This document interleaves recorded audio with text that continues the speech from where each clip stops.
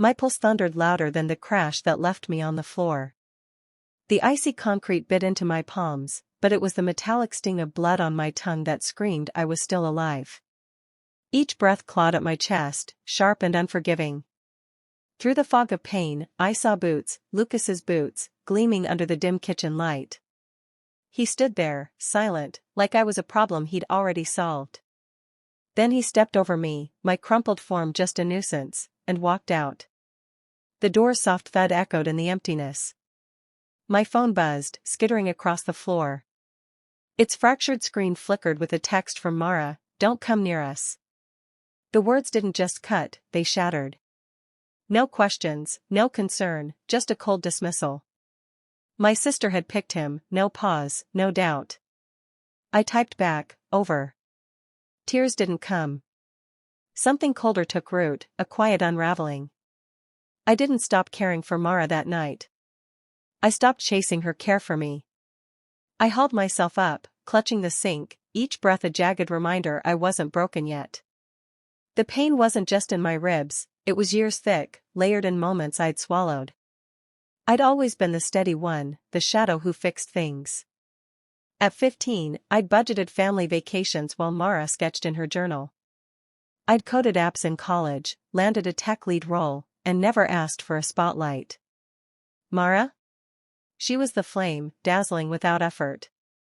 Her barista job at a trendy cafe earned her cheers. My patent for a software algorithm got a nod, and a "don't work too hard, Elise." My wins were fine, as long as they didn't steal her glow. When Mara and Lucas announced their engagement, the family erupted like he was a savior. "She secured her future," Dad said, glancing at me like I was a loose thread. I was their fallback, the one who'd patch their mistakes. I let them lean, shrinking myself until I was just the scaffolding for their lives. That night, tasting blood, I saw it, I was built to fade. And I was ready to rewrite the script. My phone pinged again. A bank email, a loan pre-approval I'd pushed to the back of my mind. Months back, Mara and Lucas had come begging. Their mortgage was dead, Lucas's credit was a disaster, Mara's freelance gigs too erratic. They needed a guarantor, someone rock solid. Me. "Just your signature," Mara cooed. "You're not on the hook unless we fail." I dove in, cleaned up Lucas's debt records, linked them with a lender, fronted their down payment. No terms, just loyalty. When I voiced doubts, Mara rolled her eyes. "Elise, relax." Lucas smirked, tapping his coffee mug to mine. "You're our MVP." I thought it was family. It was a trap. Now, ribs screaming, I logged into the bank's portal. The loan file glared, $790,000, my name the cornerstone. I'd made their future real. Without me, they were smoke.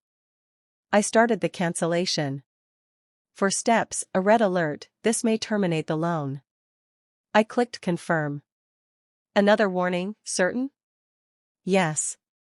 Security prompts, my first job, my grandmother's birthplace, each answer a defiance. The final form was stark, a single field to undo years of sacrifice. I signed. A notification blinked, guarantor role terminated. I closed the laptop. The silence was electric. By midday, Lucas called, voice cracking. "Elise, you tanked us. The bank's pulling the loan." I let his panic hang, then said, "Mara told me to stay away." I listened. I ended the call.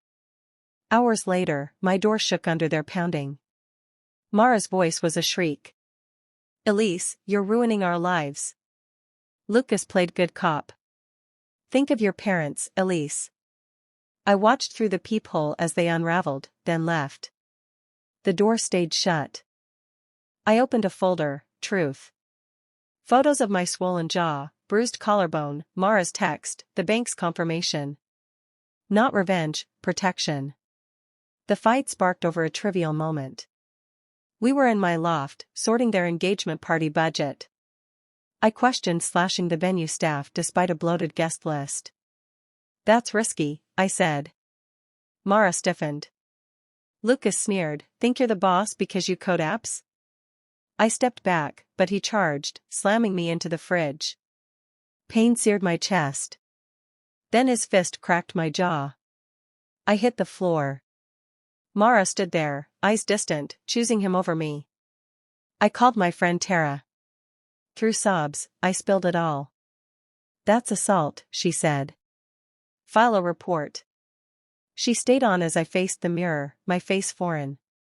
The next day, I moved like a ghost but thought like a blade. I reported the assault, then killed the loan. When Mara's restraining order arrived, claiming I was erratic and threatening, I wasn't shocked. She was flipping the narrative. But I had proof, and Riley, my attorney. The courtroom buzzed. Mara's crocodile tears glistened, Lucas's face stone. Their lawyer painted me as a bitter saboteur.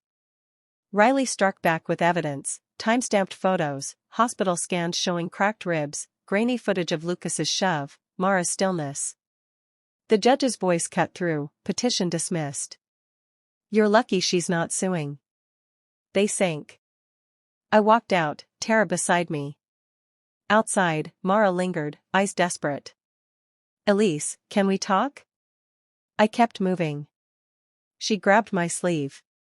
"I didn't want this." I turned. "You let him hit me. You stood there. You called me a threat. We're done." Her face broke, but I walked on. In Tara's car, we drove in quiet solidarity. A year later, I soared. I spearheaded a tech merger, joined a sculpting workshop, hosted a raucous Friendsgiving. A letter came, Mara's scrawl. I burned it, no hesitation. On my patio, a lone orchid bloomed, a purple spark against the dusk. I tended it, sat beside it, and exhaled. Strength isn't silence, it's the roots you grow in the ruins.